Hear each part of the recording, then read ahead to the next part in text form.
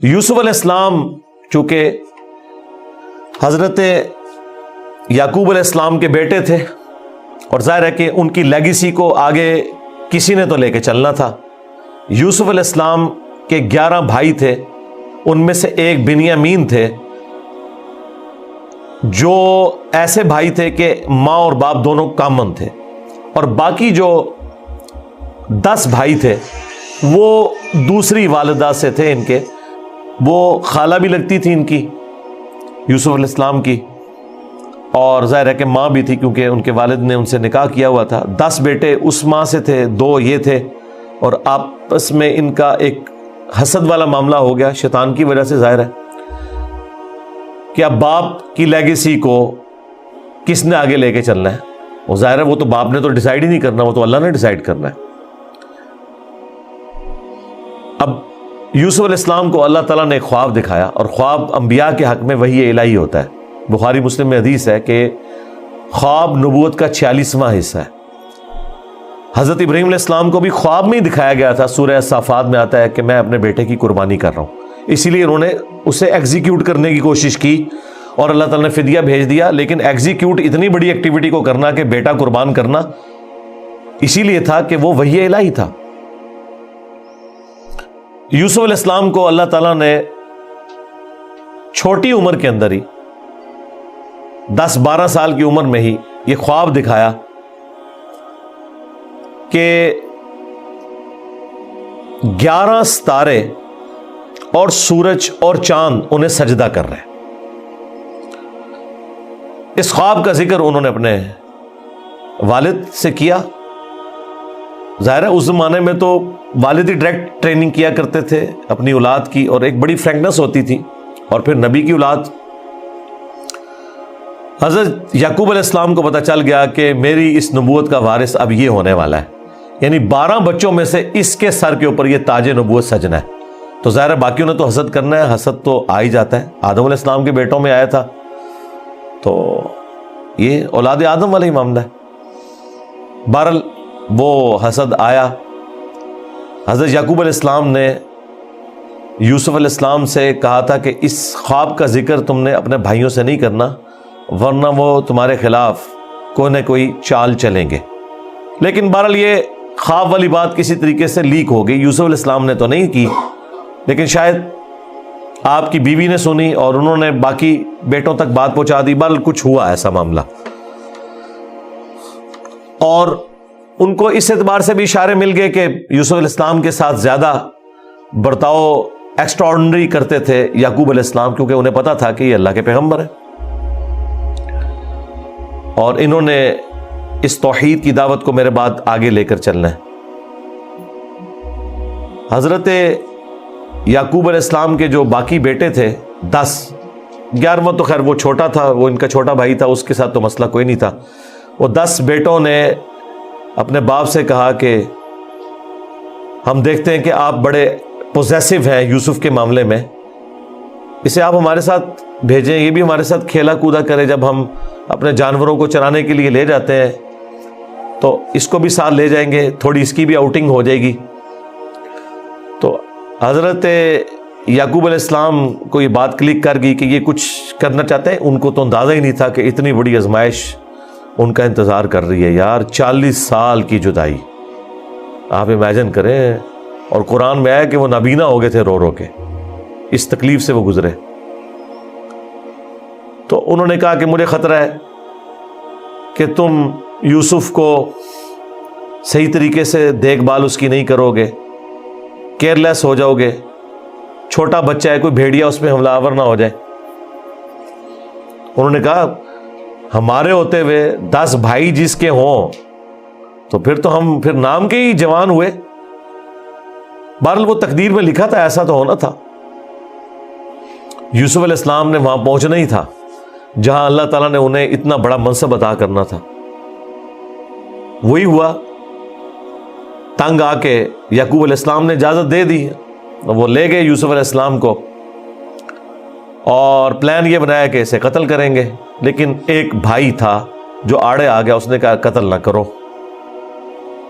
ہے تو ہمارا بھائی، ہم اسے کسی کنویں میں ڈال دیتے ہیں اور ان زمانوں میں جو قافلے گزرا کرتے تھے وہ کنویں پہ پانی کے لیے رکتے تھے، تو ہو سکتا ہے کہ کوئی نکالے تو یہ اس کے ساتھ ہی چلا جائے، جان چھوٹ جائے، قتل نہ کرو۔ اور اس میں وہ یہ بھی کہتے ہیں کہ ہم اس وقت تو یہ ایکٹیویٹی کرتے ہیں، پھر بعد میں اللہ سے توبہ مانگ لیں گے، اللہ تعالیٰ بڑا بخشنے والا مہربان ہے، جو کچھ بھی ہے تیرے محبوب کی امت سے۔ یہ بھی قرآن میں نقل ہوا ہے، وہی سیم مینٹالٹی آگے چل رہی ہے، بعد میں نیک بن جائیں گے۔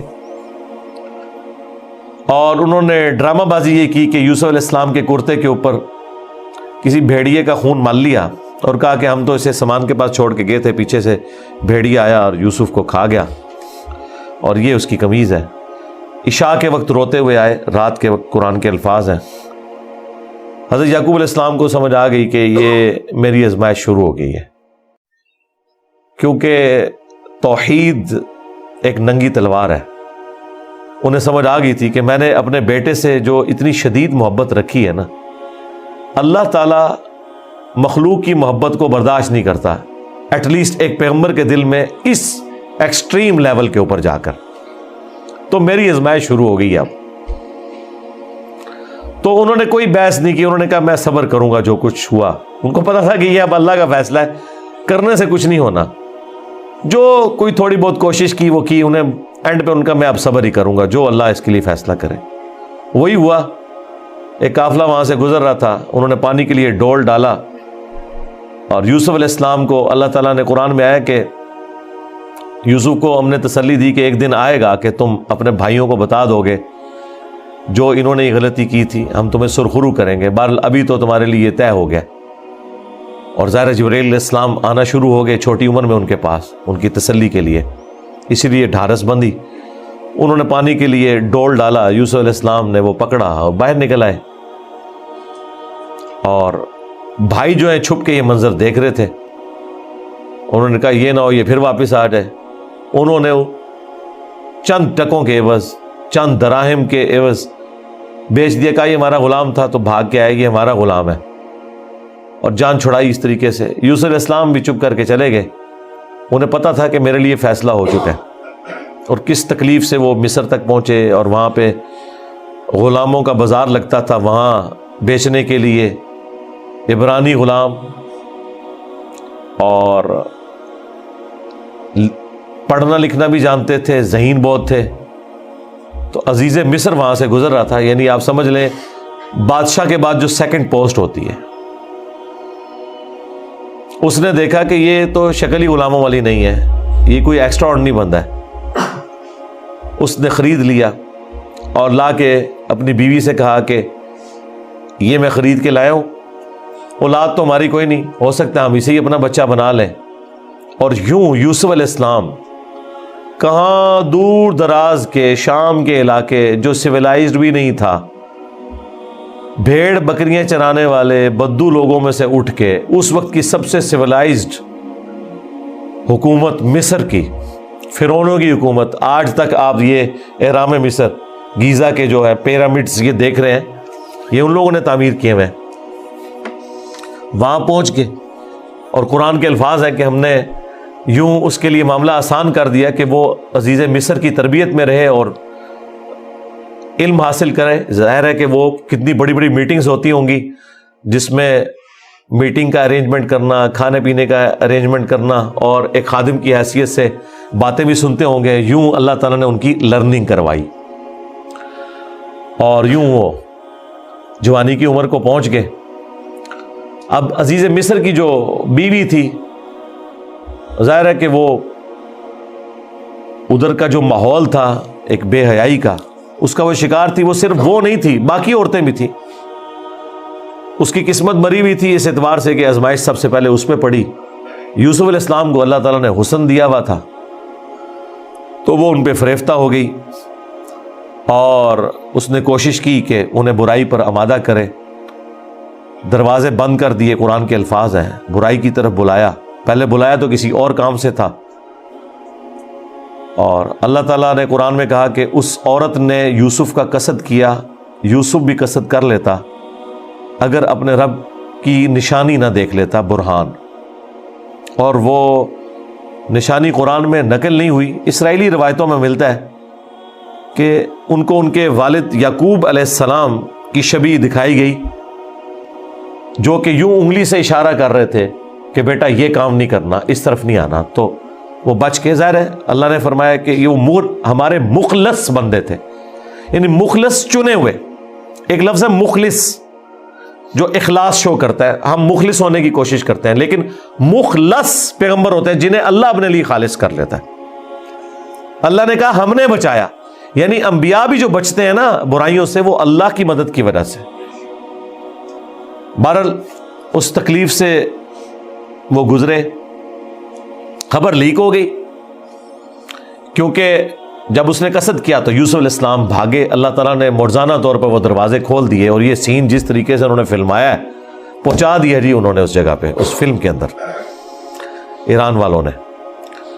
بہرحال قرآن کے الفاظ ہیں، جب وہ دروازے کے اوپر پہنچے تو وہاں سے عزیز مصر آ گیا، اور پیچھے عورت بھی ہے، تو اسے بھی شک پڑ گیا۔ وہاں پہ کوئی سیانہ بندہ تھا جس نے کہا کہ یہ دیکھو کہ اگر یوسف کی قمیض آگے سے پھٹی ہوئی ہے تو یوسف جو ہے وہ مجرم ہے، اور اگر یہ پیچھے سے پھٹی ہوئی ہے تو پھر وہ عورت مجرم ہے، کیونکہ یوسف علیہ السلام بھاگے تھے، اس نے پیچھے دوڑ لگائی ان کو پکڑنے کے لیے، تو پیچھے سے قمیض پھٹی ہوئی تھی اور وہ پیچھے سے پھٹی نکلی۔ ایران والوں نے فلم میں یہ فلمایا کہ وہ ایک شیرخوار بچہ بول اٹھا، لیکن یہ دور کی بات ہے، اگر یہ واقعہ ہوا ہوتا تو سارے کے سارے یوسف علیہ السلام کو اسی وقت نہ مان لیتے کہ یہ تو کوئی عام انسان نہیں ہے۔ مجھے لگتا ہے کوئی سمجھدار آدمی تھا جس نے یہ مشورہ دیا، اور یہ لاجیکل بھی تھا۔ تو عزیز مصر کو پتہ چل گیا کہ اس عورت کی چال ہے، پھر بھی وہ باز نہیں آئی۔ جب اس کی خبر لیک ہوئی تو اس نے کہا میری تو دم کٹ گئی ہے، میں اب ساری عورتوں کی دم کٹواؤں گی۔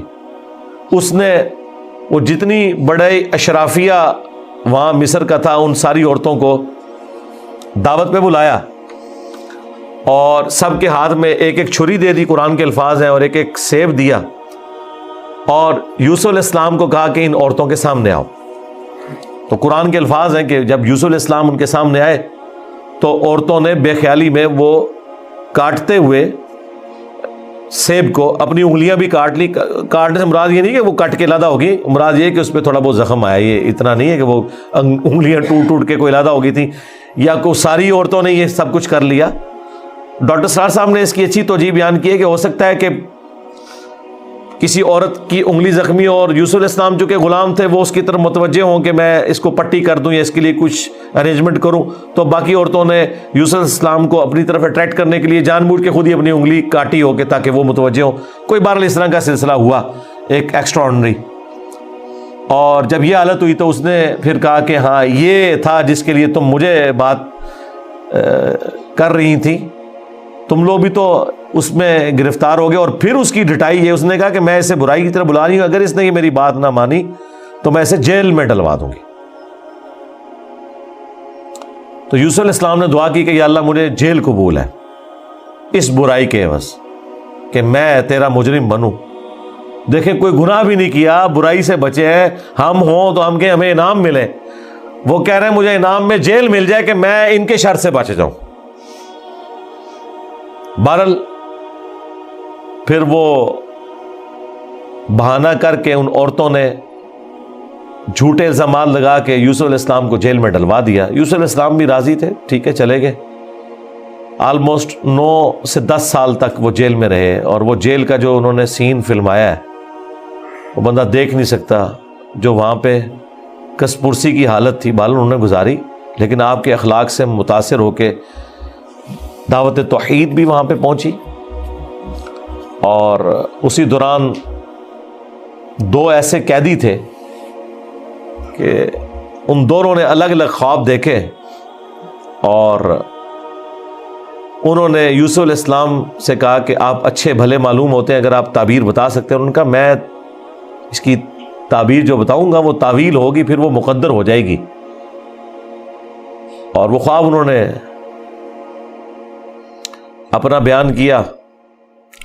ایک نے خواب یہ بیان کیا کہ میں نے یہ دیکھا کہ میں اپنے رب یعنی اپنے اس بادشاہ کو شراب نچوڑ کے دے رہا ہوں۔ دونوں کے قتل کے فتوے جاری ہو چکے ہوئے تھے۔ تو یوسف علیہ السلام نے اسے کہا کہ تم عنقریب چھوٹ جاؤ گے۔ دوسرے نے دیکھا کہ میرے سر کے اوپر روٹیوں کا ایک ٹوکرا ہے اور اس سے جانور پرندے کھا رہے ہیں، تو ان کا تم سولی دیے جاؤ گے اور تمہاری لاش سے جانور کھائیں گے۔ اور وہی ہوا۔ اور قرآن کے الفاظ ہیں کہ جسے نجات ملنے والی تھی اسے یوسف علیہ السلام نے کہا کہ جب تم چھوٹ جاؤ تو اپنے بادشاہ سے میرا ذکر کرنا کہ میرے ساتھ یہ زیادتی ہوئی ہے۔ لیکن قرآن کے الفاظ ہیں کہ شیطان نے وہ ذکر بھلا دیا۔ ظاہر ہے اللہ نے تو کوئی اور ہی فیصلہ کیا ہوا تھا۔ اور یوں آلموسٹ 9 سے 10 سال ان کے جیل میں کٹ گئے، یہاں تک کہ اس بادشاہ کا جو بیٹا ہے وہ تخت نشین ہوا اور اس نے خواب دیکھا۔ ظاہر بادشاہ کو اللہ تعالیٰ اس طرح کے خواب دکھایا کرتا تھا، مخلوقات کو دیکھنے کی ذمہ داری اللہ تعالیٰ نے بادشاہوں کے اوپر ہی رکھی ہوئی ہے جو ان کے انڈر رعایا ہے، کہ 7 دبلی پتلی گائے جو ہیں وہ نیل سے نکل کے 7 موٹی گایوں کو کھا رہی ہیں، اور 7 خشک بالیاں ہیں اور 7 جو ہیں وہ ہری بالیاں ہیں۔ اب یہ بڑا ایک ایکسٹراڈنری خواب تھا۔ اس نے اپنے وہ سارے تعبیر بتانے والے بلائے، سب کے سب عاجز آ گئے۔ تو وہ جو چھوٹ چکا تھا ایک قیدی، وہ بادشاہ کا بڑا قریبی تھا جو اسے شراب بنا کے دیتا تھا، اسے یاد آیا کہ ہاں ایک شخص قید میں ہے۔ اور یاد کب آیا؟ دیکھیں 9-10 سال کے بعد۔ اس نے کہا میں ایک ایسے شخص کو جانتا ہوں کہ جو آپ کو اس کی تعبیر بتائے گا۔ تو وہ بادشاہ نے کہا ٹھیک ہے اسے لے آؤ یہاں پہ۔ یوسف علیہ السلام نے تعبیر بتا دی جو باقی معبر نہیں بتا سکے۔ بادشاہ کو بھی لگا یہ تعبیر اسی طریقے سے ہے کہ 7 خوشحالی کے سال آئیں گے اور اس کے بعد 7 سال آئیں گے 7 ایئرز قحط سالی کے، جس میں آپ یہ والا غلہ جو سٹور کیا ہوگا وہ استعمال کریں گے، اور پھر اس کے بعد بارش ہوگی۔ 7 سال تک بارش نہیں ہوگی، اور ان 7 سالوں کے لیے آپ نے اپنی وہ والی گندم سنبھال کے رکھنی ہے جو ان خوشحالی کے 7 سالوں میں خوب پیداوار ہوگی۔ تو بادشاہ نے کہا انہیں بلا کے لاؤ۔ انہوں نے کہا نہیں، پہلے میرا وہ مسئلہ حل کریں جو میرے اوپر الزامات لگا کے ان عورتوں نے اندر کیا۔ پھر بہرحال وہ معاملہ بھی سیٹل ہوا، عورتوں نے مان لیا کہ یوسف علیہ السلام کی کوئی غلطی نہیں تھی۔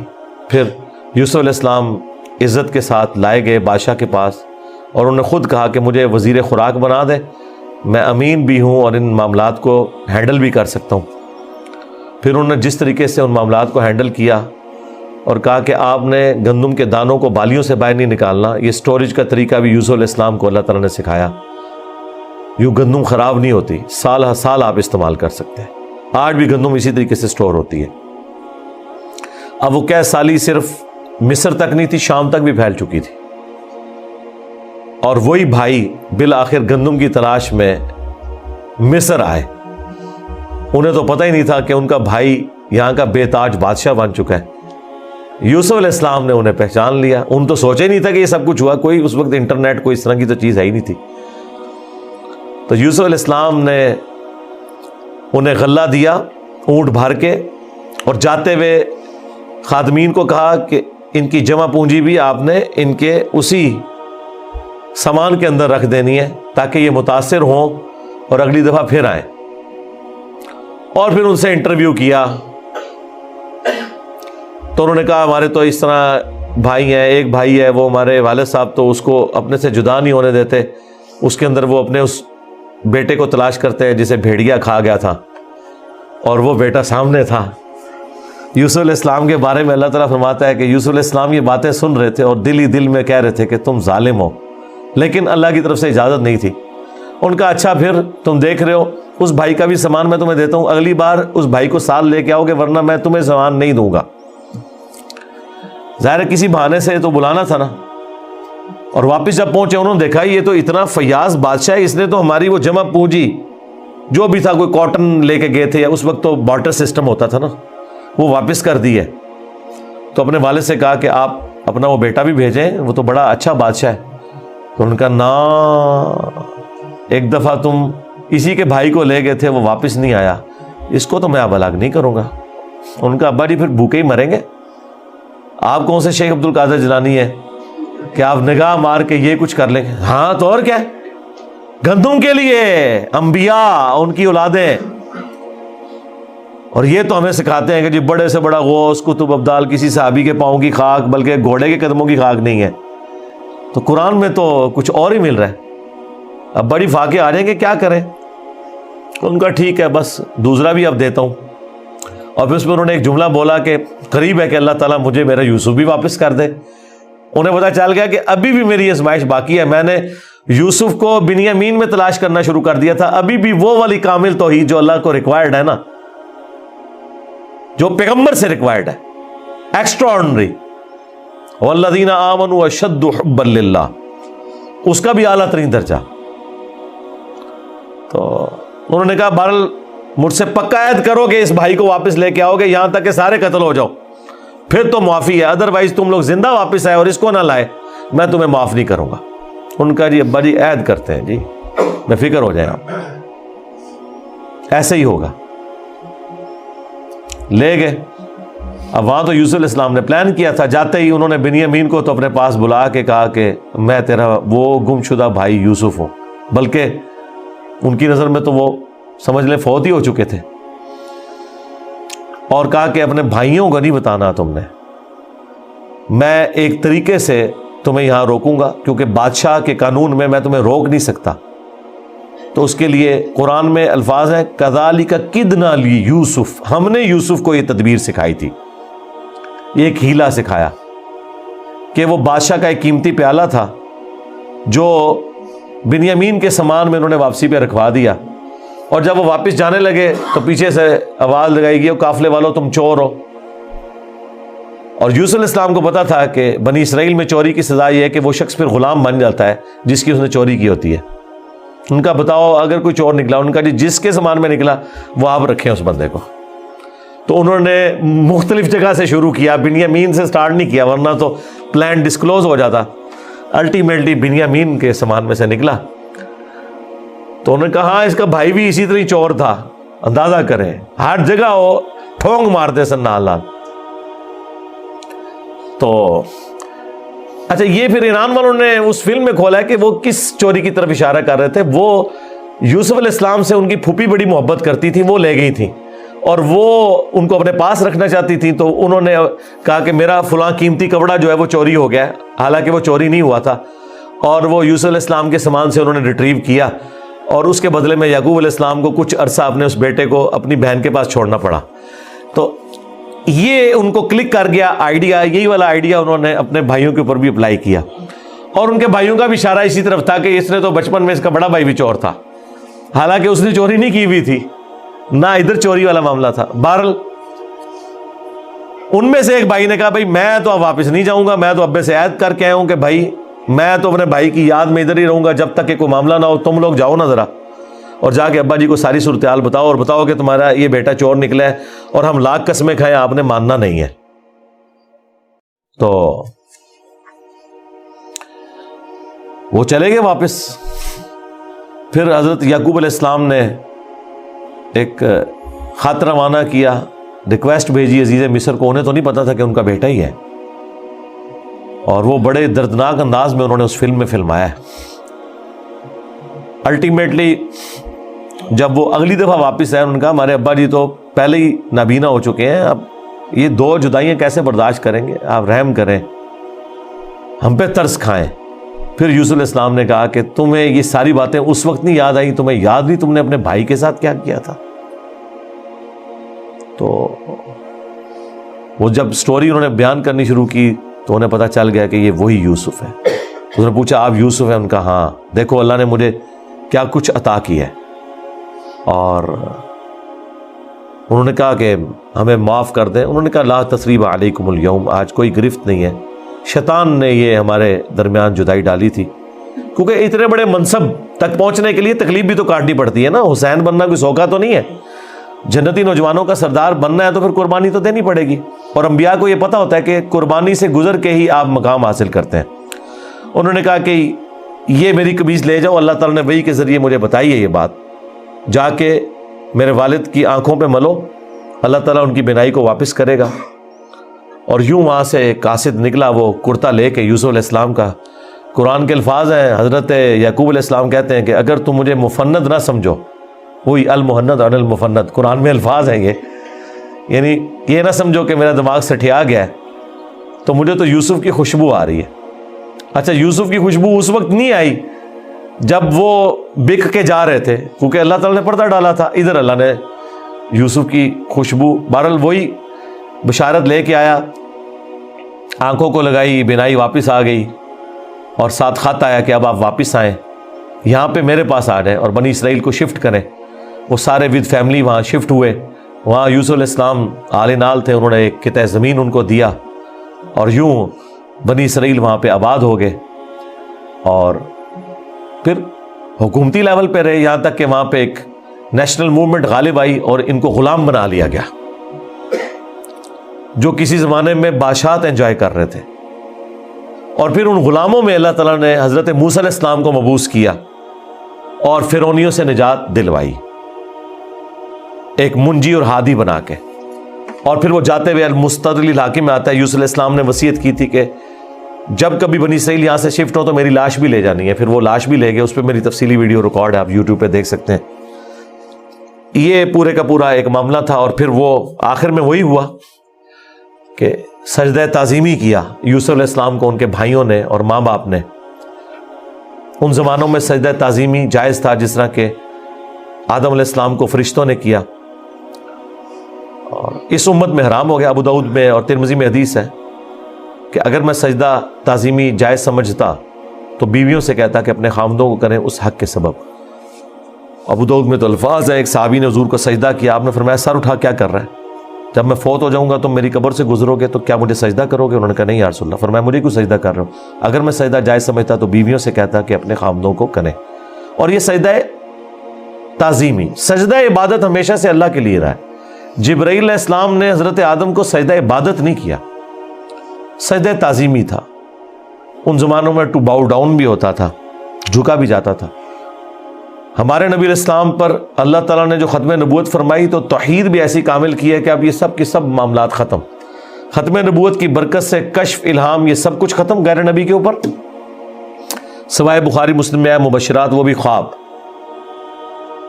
وہ اللہ کی طرف سے بھی ہو سکتے ہیں، شیطان کی طرف سے بھی ہو سکتے ہیں، نفس کی طرف سے، وہ تو وقت پورا ہوگا تو پتہ چلے گا یہ سچا یا جھوٹا ہے۔ باقی نبی علیہ السلام نے کہا اب یہ نبوت کی خبریں ختم ہو چکی۔